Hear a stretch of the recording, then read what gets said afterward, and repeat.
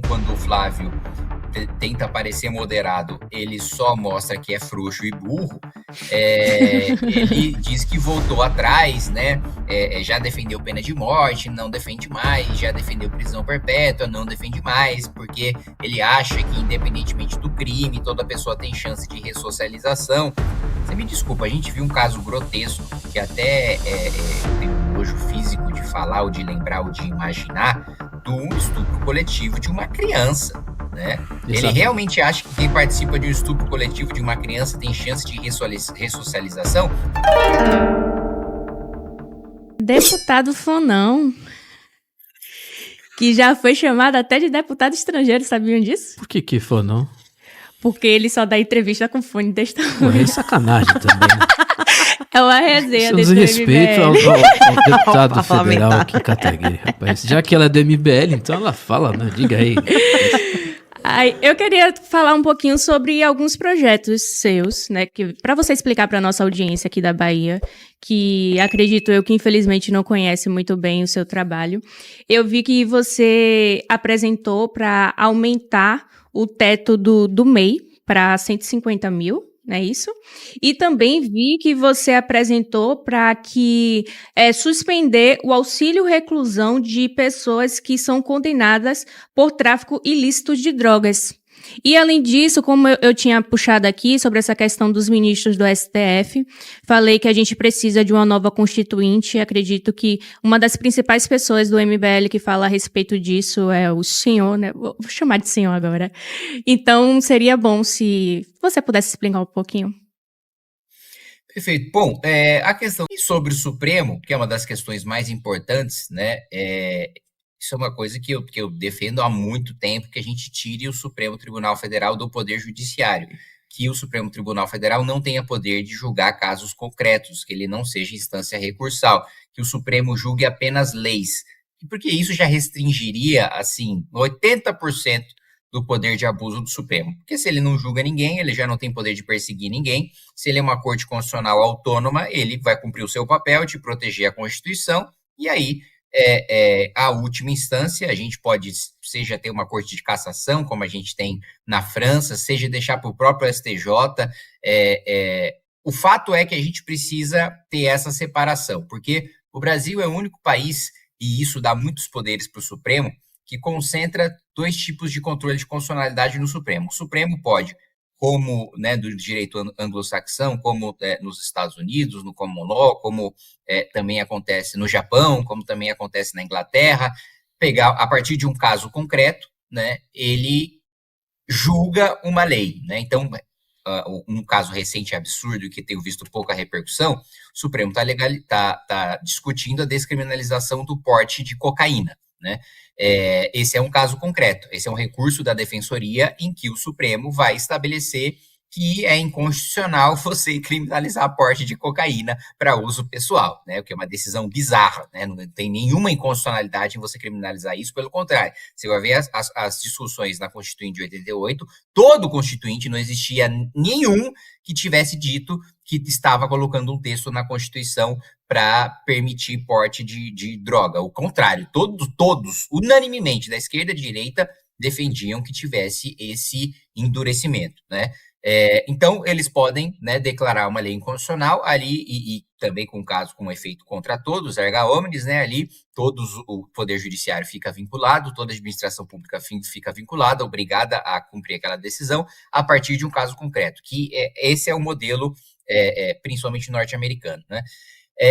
O outro modelo, que é o modelo do direito alemão, que é o controle por meio de uma provocação direta para o Supremo, né? Que é o que mais acontece, principalmente por parte do PSOL e da Rede, né? Eles perdem no Congresso Nacional, eles acionam diretamente o Supremo sem precisar de um caso concreto, o Supremo julga a lei em abstrato.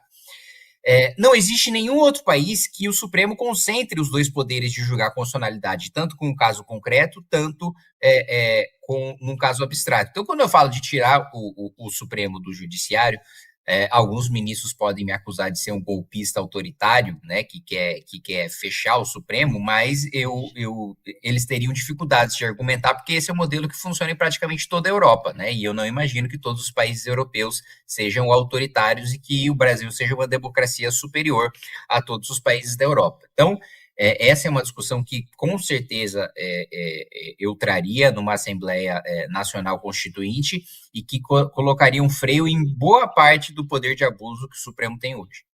Deputado, são 9h em ponto, estamos conversando com o deputado federal Kim Kataguiri. Deputado, vocês voltaram do recesso, se não me engano, semana passada, né, o recesso parlamentar. Como é que estão nos bastidores? Eu não sei o que você ouve a respeito do candidato partido à missão, Renan Santos. Eu tenho ouvido aqui nos bastidores da Bahia, na classe política, muitas pessoas já me disseram que ele vai passar todos os outros candidatos aí, como Caiado, Ratinho Júnior, e a gente que não é da torcida, gente da política que claramente afirma que o Renan tem um discurso disruptivo, ele é desprendido e é o único candidato que está fazendo discurso de direita. Até o Flávio Bolsonaro tá querendo aparecer como um moderado e o Renan crescerá muito por causa disso. O que você acha? O que você tem ouvido da performance do Renan Santos como pré-candidato a presidente? Sobre superar ex-governadores é a mesma coisa que eu escuto aqui, tanto de bolsonarista como de petista, como do Centrão, né? Como os governadores sujeitaram o seu capital político ao Bolsonaro, né, e tem um candidato com o sobrenome Bolsonaro, o Flávio toma praticamente todos os votos dos governadores. Não é o caso do Renan, né? Nós temos e sempre tivemos um discurso independente, nós não dependemos de Bolsonaro para nada, o que significa que ele tem liberdade, né, para falar e ter um discurso abertamente de direita. Eu acho que sempre existe essa ilusão do centrão que por vezes seduz, como está seduzindo o Flávio Bolsonaro, de que, olha, a população quer equilíbrio, a população quer moderação, a população quer diálogo. É o contrário, a população quer ir para o pau, porque está vendo que a classe política é profundamente corrupta, que a gente vive num país doente, que a gente vive um império da barbárie e que, por isso, nós precisamos de uma pessoa que tenha um discurso radical, porque o nosso país precisa mudar radicalmente, né? Ninguém sai na rua batendo no peito, fazendo, olha, manifestação por mais equilíbrio, eu quero que o meu político seja mais equilíbrio. Não existe isso. As pessoas querem que corrupto vá para a cadeia, as pessoas querem que o bandido morra, né? Não existe essa grande militância de centro, né, como eles fazem parecer. E o próprio Flávio, como você colocou, tentando parecer moderado, mas na minha avaliação, quando o Flávio tenta parecer moderado, ele só mostra que é frouxo e burro. Ele diz que voltou atrás, né? Já defendeu pena de morte, não defende mais, já defendeu prisão perpétua, não defende mais, porque ele acha que, independentemente do crime, toda pessoa tem chance de ressocialização. Você me desculpa, a gente viu um caso grotesco, que até eu tenho nojo físico de falar, ou de lembrar, ou de imaginar, do estupro coletivo de uma criança, né? Ele realmente acha que quem participa de um estupro coletivo de uma criança tem chance de ressocialização? E digo mais, pode até ter chance, vamos dar o benefício, né? Vamos ser muito generoso e partir da premissa de que uma pessoa dessas tem recuperação e pode voltar para a sociedade como uma pessoa civilizada. Essa pessoa merece ter essa chance? Quem participa de um estupro coletivo merece ter a chance de ressocializar, merece ter a chance de buscar uma profissão e se tornar um cidadão decente? Não merece sequer ter essa chance. Eu não acho que seja capaz de se ressocializar, mas ainda que fosse capaz, não mereceria, né? Não teria esse direito. E aí o Flávio, nessa tentativa de parecer moderado, falou, olha, então realmente o estuprador tem outra chance, segundo o discurso do Flávio, né? Uma pessoa que tortura uma outra pessoa, que coloca um traficante, um membro do PCC, que coloca uma pessoa dentro de um monte de pneu, joga gasolina, coloca fogo e joga morro abaixo, esse sujeito tem chance de ressocializar, com certeza. Um chefe de uma facção criminosa, ele é preso e ele repensa os crimes que ele cometeu, ele fica na cadeia como uma criança fica no cantinho da obediência. É óbvio que isso é ridículo, né? Quando você, e se a gente tivesse, né, também, porque ele também só dá entrevista para a imprensa amiga dele, né?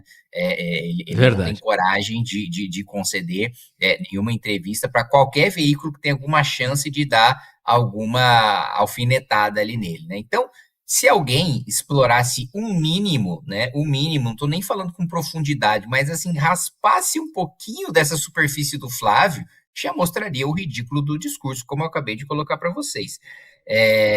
Então, voltando para o início, acho que o que eu escuto, sim, é de que o Renan vai ter um desempenho maior do que qualquer governador que dispute, porque todos os governadores fizeram seu capital político de refém do bolsonarismo, com exceção do Eduardo Leite, mas o Eduardo Leite não fez o seu capital político de refém do bolsonarismo, mas também não tem capital político nenhum, porque ele não tem o voto da direita, ele não tem o voto da esquerda, ele conseguiu desagradar todo mundo, né?